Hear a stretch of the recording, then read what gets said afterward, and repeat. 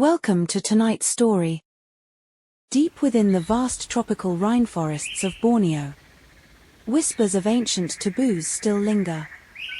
The towering trees, the silent stones, even the very air, are said to carry hidden spirits. Break these taboos, and you might hear strange voices calling your name. Catch a glimpse of flickering lights in the darkness. Or lose your way, forever wandering in the shadows of the jungle. Tonight, join me as we uncover the secrets of Borneo's forbidden forest, and the chilling tales that continue to haunt it. In the 1950s-1960s, there was the rise of Borneo's logging industry. During the British and Dutch colonial periods, hardwoods such as ironwood and teak began to be exported. After World War II,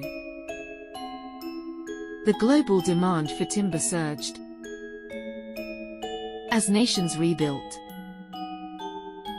Borneo's forests became a treasure trove. By the 1970s-1980s, the logging industry in Borneo entered its golden age.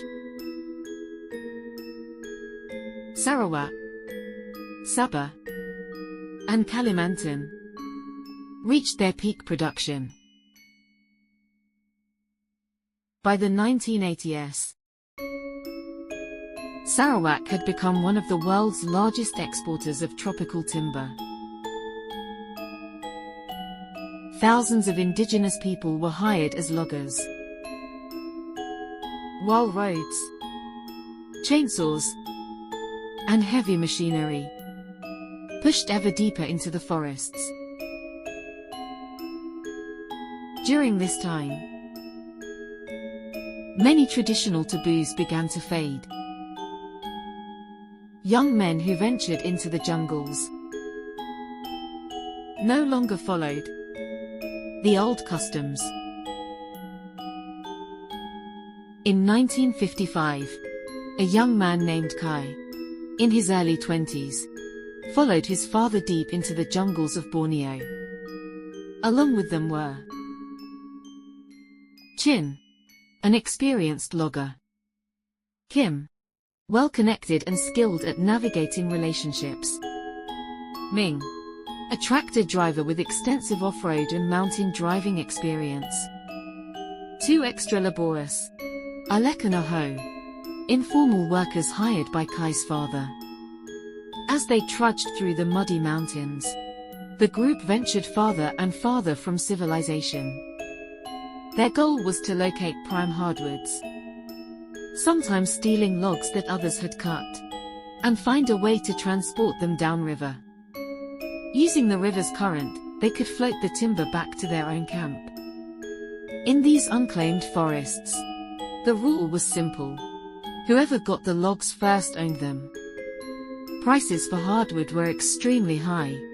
Giant logs over 1 meter in diameter could sell for Rm10,000 to 20,000 each in that era. Rare woods like agarwood, gaharu, were worth even more. The industry was steeped in a dark law of survival. Money drove men into ruthless competition. Rival gangs often clashed violently over timber rights. Sometimes, killings occurred. Bodies dumped deep into the forest, never to be found. Conflicts with indigenous people were also common, as native communities had lived there for generations. Even without legal documents, most of the land was understood to belong to them. Many loggers were in fact stealing wood already felled by indigenous groups. In those decades, many fathers built their wealth through logging. Some families managed to transition into other businesses and rose into the middle class during the 1990s-2000s, while the majority simply earned enough to get by. At 15 years old, Alec and Aho were brought along. They had grown up in a small town, wasting their days skipping school, doing nothing of worth. Their father, worried they would throw their youth away, asked Kai's father to take them, so they might see the world beyond. In those days, there was no talk of illegal child labor. A simple word of agreement was enough to begin work. But for the two brothers, this was their first time venturing deep into the mountains. They struggled with one of the old taboos. Never casually call someone's name in the forest. Since they weren't close with the others, shouting, "Hey," was still fine. But calling each other's names, that habit was hard to break.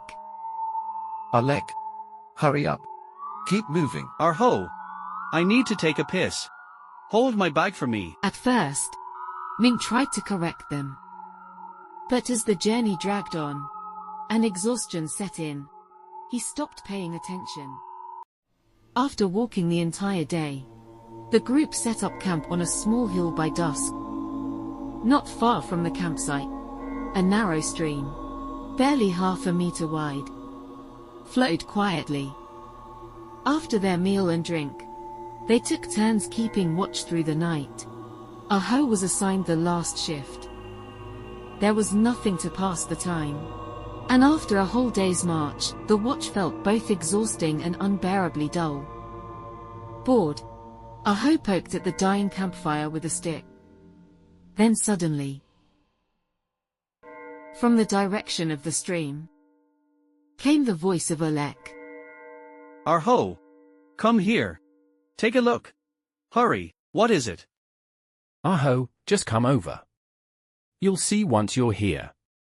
Aho, just come over. You'll see once you're here. Almost as if bewitched, Aho picked up his flashlight and began walking toward the stream. In the darkness of the forest, he saw a figure ahead, calling his name again and again. He followed, chasing after the voice, but the path grew stranger with every step. And before he realized it, the glow of the campfire was gone, and that companion was gone too.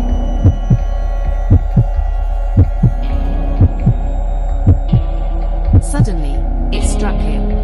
The forest had a taboo. Never answer a calling voice, because that voice might not be human at all.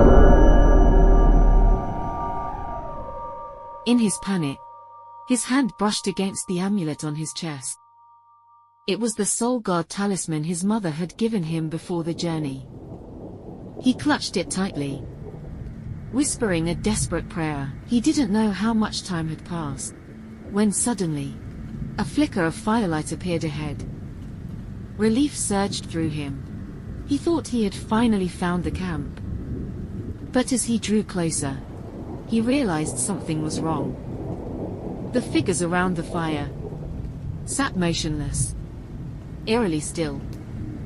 A chill ran down his spine. Just as Aho was about to step into the false campsite, the amulet on his chest suddenly grew burning hot. Startled, he froze. And in that instant, he realized he was only a few steps away from the edge of a cliff. His whole body trembled. If not for the amulet, he might have walked straight into the abyss. Collapsing to the ground in terror, he finally saw, far away in the distance, the flicker of the real campfire. Where did you go? We've packed up and are ready to leave. But then, he froze. Alec was sitting quietly by the fire. Eh? Didn't you go to the stream last night? No. I slept soundly the whole night. At that moment, Aho understood. From beginning to end, Alec had never left the camp. In the forests of Borneo, would you dare answer a voice calling to you from the darkness?